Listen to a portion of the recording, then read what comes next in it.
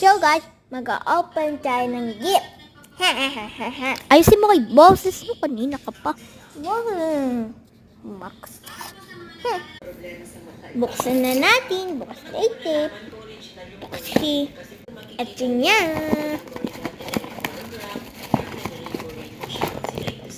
Labubu.